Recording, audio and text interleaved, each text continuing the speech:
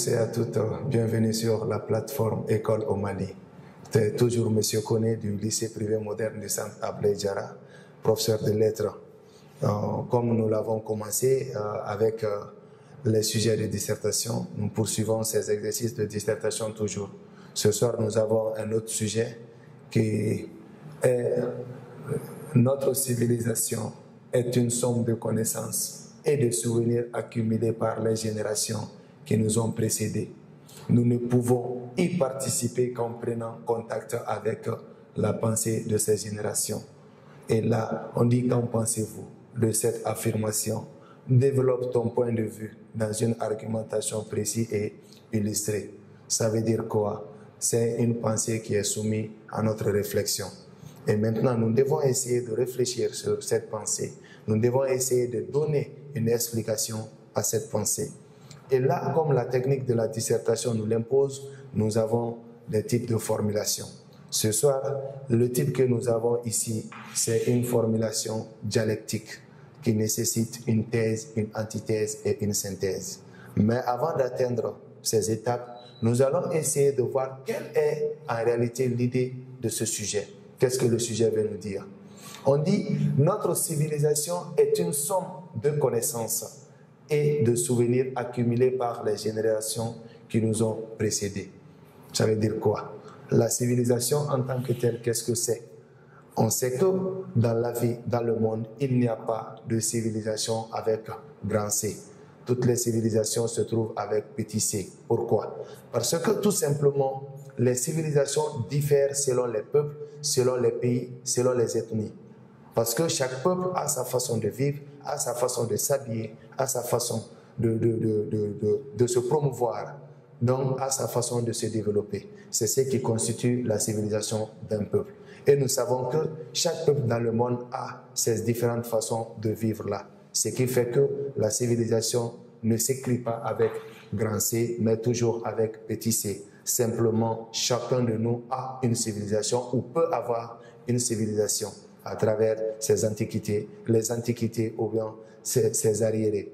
Donc, la civilisation dépend du peuple. C'est juste une façon de faire du peuple, une façon d'apprendre, de communiquer, de s'habiller, de s'informer ou de se former. Donc, c'est ce qu'on appelle la civilisation. Maintenant, le deuxième point de notre sujet, c'est quoi? On dit que c'est une somme de connaissances et de souvenirs accumulés, c'est-à-dire qui se sont entassés.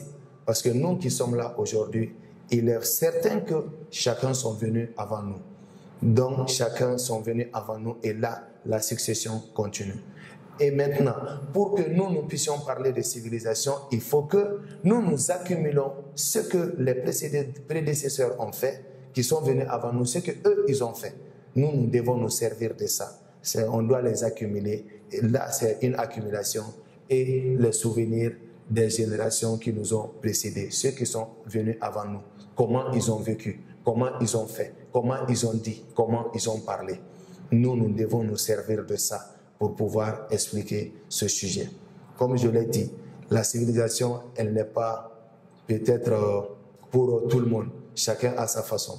Donc, chaque peuple, nous devons essayer de donner une interprétation de ce que nos prédécesseurs ont fait, de ce que ceux qui sont venus avant nous ont fait. Nous devons parler de ça.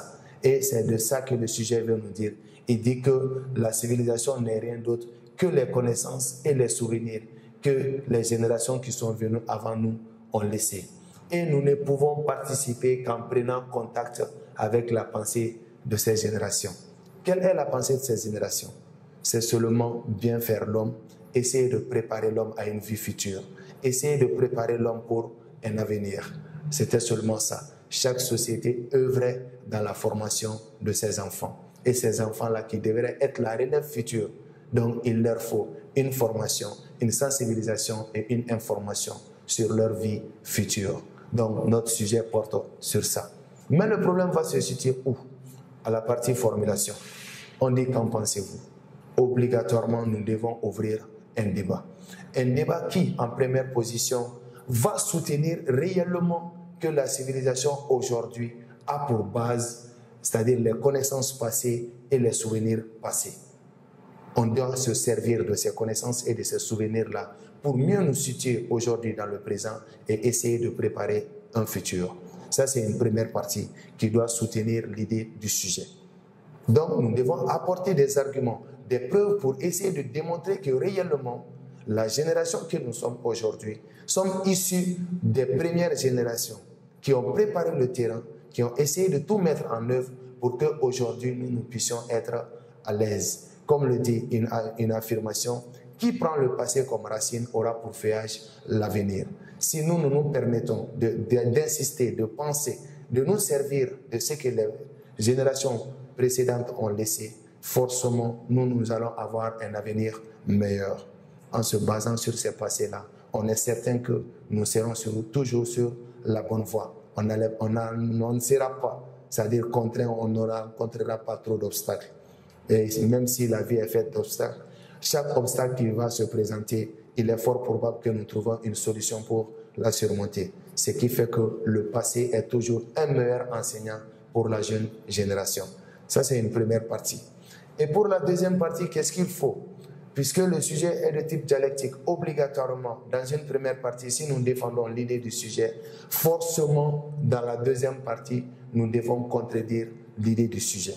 Si il est dit ici que les générations passées ont laissé des connaissances et des accumulations de souvenirs, ce n'est pas un problème. Comme le disait Amadou Ampateba, les vieillards étaient des bibliothèques. Oui, si eux, ils ne peuvent plus continuer à exister, forcément, ils sont appelés à disparaître. Et là, quelle va être notre ressource aujourd'hui? Il faudrait montrer qu'on ne pourra pas toujours se servir du passé, parce que le passé ne vit qu'avec les hommes. Et si ces hommes n'existent pas, forcément, le passé va disparaître. Qui va connaître, qui va renseigner, qui va informer et qui va former? C'est ces vieux-là. Eux, ils ne seront pas éternels. Forcément, le passé va un peu à peu disparaître et le tout va rester le présent. Et dans ce présent-là, quelle est notre solution pour pouvoir avoir des issues pour nous former, nous informer ou nous sensibiliser? Là, il faut démontrer que le passé n'est pas éternel. Parce que le passé vit toujours avec les hommes. Et si ces hommes-là sont appelés à disparaître, forcément le passé est appelé à disparaître. Et il faut une autre solution, une autre issue permettant à nos jeunes générations de nous former, de nous informer. Là, on va contredire la première partie en disant que de nos jours, avec l'évolution scientifique et technique, nous avons des moyens plus sûrs, plus appropriés et plus performants d'ailleurs pour nous former ou nous informer avec le système Internet, les ordinateurs. Là, c'est un autre moyen qui contredit la première partie. Si autrefois, les gardiens des souvenirs, les gardiens des connaissances étaient des personnes, des êtres humains qui sont un jour appelés à disparaître, aujourd'hui, les gardiens des souvenirs, les gardiens des connaissances, c'est les machines. Là, la connaissance va être éternelle, puisque rien n'est éternel avec l'homme. Mais on sait qu'avec les évolutions scientifiques et techniques, la connaissance sera éternelle. Donc, dans la deuxième phase, qui sera l'antithèse, nous devons montrer que réellement, le passé ne vivra pas éternellement. Le passé est appelé à disparaître. Mais qui est-ce qui n'est pas appelé à disparaître? Ça, c'est les évolutions aujourd'hui scientifiques et techniques. Après ça, maintenant, nous devons une troisième partie, qui serait la synthèse.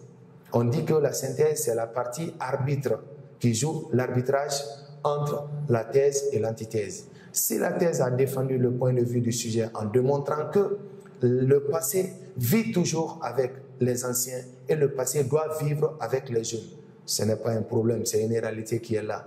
Mais le problème de cette réalité, c'est quoi?